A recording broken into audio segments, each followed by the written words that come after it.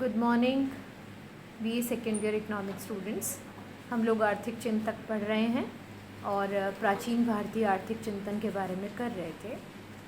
मैंने Brihaspati as a founder of economics बता दिया था और उसके बाद में हमने बहुत सारी उनके विचारों की भी चर्चा कर ली थी। अब हम देखेंगे प्राचीन भारतीय आर्थिक चिंतन के स्रोत कौन कौन से हैं और मुख्य स्रोत कौन कौन से हैं और उनमें जो दिया गया आर्थिक ज्ञान है वो कितना व्यापक है। और हम लोग मतलब ये थोड़ा सा एक एक उसमें देखते हैं, एक एक स्रोत में देखते हैं। वैसे तो बहुत सारे स्रोत हैं, लेकिन जो मुख्य स्रोत जो स्पष्ट रूप से हमारे सामने हैं, हम लोग अक्सर उनकी चर्चा भी करते हैं। तो वो है, सबसे पहले हम कहेंगे प्रमुख स्रोत ग्रंथों में पहला है चार वेद, जो अपने चारों वेद हैं। दूसरा है उपनिषद, और फिर है विदुर नीति, फिर है शांति पर्व, फिर है मनुस्मृति, और फिर है याज्ञवल्क्य स्मृति, और फिर है शुक्र नीति, और लास्ट में 8वें नंबर पे कौटिल्य का अर्थशास्त्र। तो प्रमुख 8 हम स्रोत के बारे में चर्चा करते हैं, जिनमें अपने इकोनॉमिक्स का क्या उल्लेख है वो हम पढ़ते हैं। अब हम 4 वेद से शुरू करते हैं। वैदिक परंपरा के अनुसार सृष्टि के रचयिता ब्रह्मा के मुख से वेद प्रकट हुए, ये हम सब जानते हैं।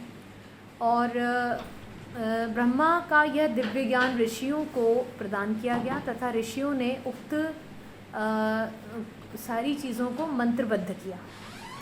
प्राचीन समय में वेद शब्द का प्रयोग संपूर्ण वैदिक वाङ्मय के अर्थ में होता था, जिसमें संहिता, ब्राह्मण, आरण्यक तथा उपनिषद सभी सम्मिलित थे। परंतु आगे जो वेद शब्द केवल 4 वेद संहिताओं ऋग्वेद, यजुर्वेद, सामवेद तथा अथर्ववेद के लिए ही द्योतक रह गया।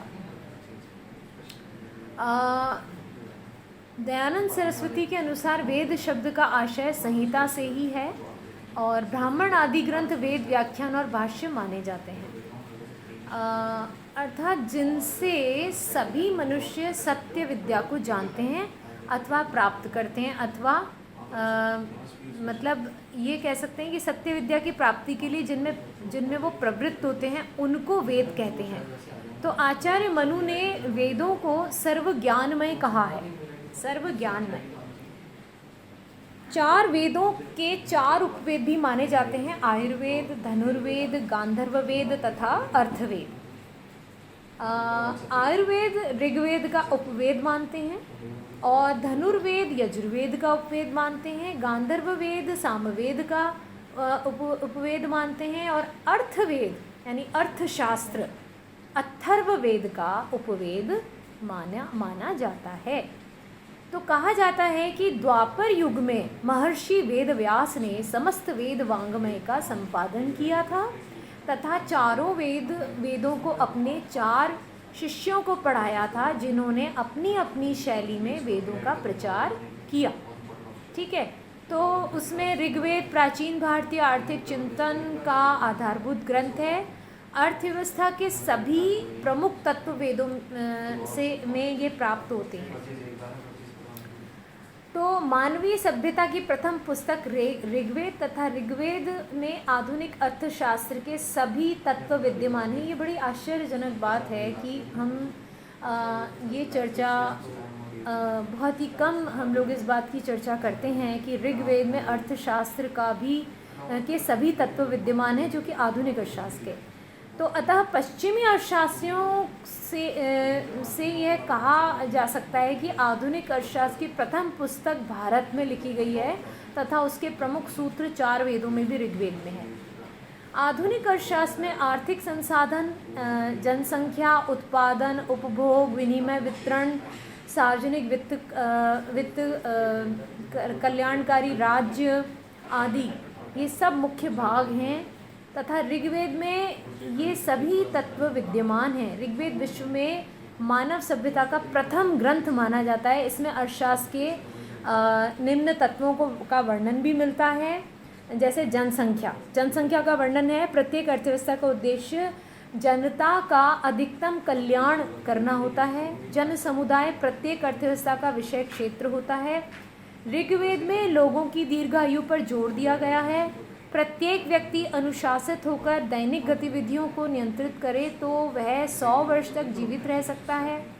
ऋग्वेद में कहा गया है कि लोगों को साहसी होना चाहिए तथा अपनी संपत्ति आदि की रक्षा की शक्ति होनी चाहिए। संतानोपति से संबंधित प्रार्थनाएं हमें ऋग्वेद में भी मिलती हैं। हमें समाज में योद्धा स्वरूप नागरिक होना चाहिए, ऐसा वो कहता है, और परिवार को एक इकाई के रूप में माना गया है। तो ऋग्वेद में व्यावसायिक संरचना भी दी गई है। योद्धा, किसान, शिल्पकार, व्यापारी आदि का वर्णन भी मिलता है। अच्छे व बुरे लोगों का वर्णन भी हमें इस ग्रंथ में मिलता है। बुरे लोगों की दंड की व्यवस्था भी इसमें है। उदाहरण के लिए जैसे कोई जुआ या जुआरी किस प्रकार परिवार व समाज के लिए कष्टदायक होता है, इसका वर्णन भी ऋग्वेद में दिया हुआ है। तो ऋग्वेद भी अपने आप में अर्थशास्त्र के, आधुनिक अर्थशास्त्र के बहुत सारे नियमों का उल्लेख कर रहा है।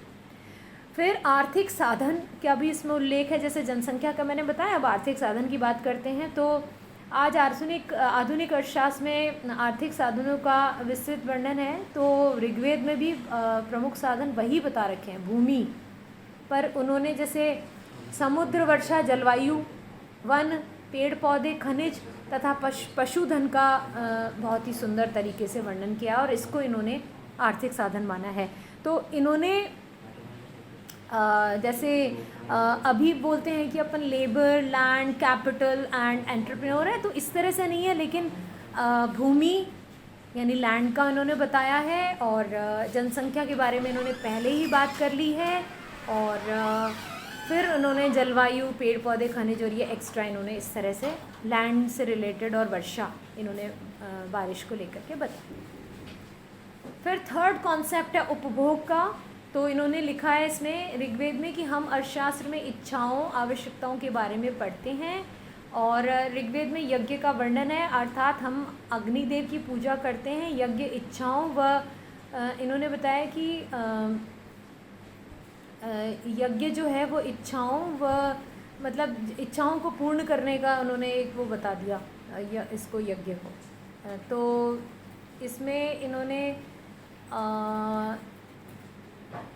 इसमें उपभोग में इन्होंने इच्छाओं को नियंत्रित करने की भी बात करी है। तो उन्होंने कहा कि यज्ञ में इच्छा पूर्ण करने के लिए यज्ञ किए जाते हैं। तो इन्होंने कहा इच्छाओं को नियंत्रित करना चाहिए। इच्छाएं हमें दुष्टता की तरफ प्रेरित करती हैं, ऐसा इन्होंने कहा। और वैसे हमें अपनी आवश्यकताओं की संतुष्टि भी करनी चाहिए और इच्छाओं को हमें नियंत्रित करना चाहिए।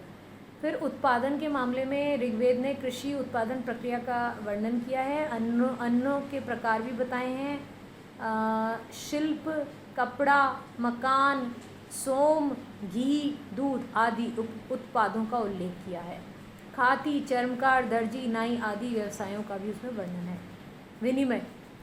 विनिमय अर्थव्यवस्था में उन्होंने कहा कि वस्तुओं के विनिमय की व्यवस्था है। अर्थव्यवस्था व्यापारियों के इधर उधर भ्रमण करने का वर्णन भी अर्थव्यवस्था में रहता है। कई श्लोकों में ऋग्वेद में वस्तु की कीमत और आपूर्ति बाजार में क्रय आदि से तय होती है, इसका भी उल्लेख मिलता है इसमें। वितरण को लेकर के उन्होंने कहा कि घरों में नौकर, सेवक यानी रखने का संदर्भ मिला है और वो कहते हैं कि कई प्रार्थनाएं अधिक संपत्ति एवं अधिक नौकर होने की जाती हैं।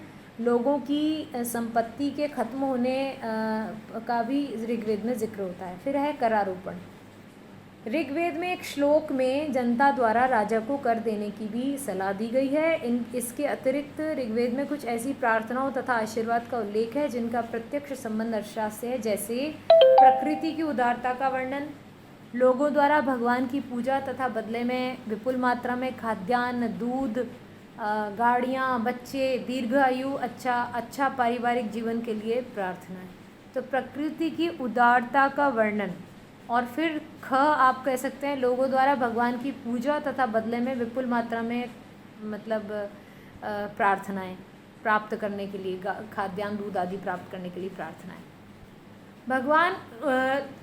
तीसरा है भगवान उनको विपुल मात्रा में वस्तुएं व साधन प्रदान करने का आशीर्वाद देते हैं, बशर्ते वे धर्म का पालन करें तथा सही जीवन व्यतीत करें। तो ये भी इसमें वर्णन है। फिर भगवान लोगों को सभी साधन प्रदान करते हैं, परंतु राक्षस यानी दुष्ट लोग जो हैं वो प्रवाह में बाधा पहुंचाते हैं। लोग भगवान से प्रार्थना करते हैं तथा भगवान राक्षसों को मारकर साधन प्रवाह के गतिरोध को दूर करते हैं तथा विपुलता की स्थिति को पुनः निश्चित करते हैं।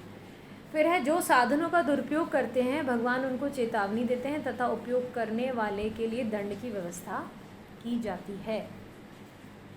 तो थैंक यू सो मच। आज हम इतना ही पढ़ते हैं और आप लोगों के पास में ये PDF भी है और मैंने आपको समझाया भी है। तो ये आपको ये क्वेश्चन पूछा जा सकता है, तो आप लोग इसकी तैयारी कर लें, क्योंकि मैं इसके बाद में आप लोगों को क्वेश्चंस भी दूंगी ताकि आप लोग इसकी तैयारी और उसका उत्तर देने की विधा भी सीख सकें। Thank you so much.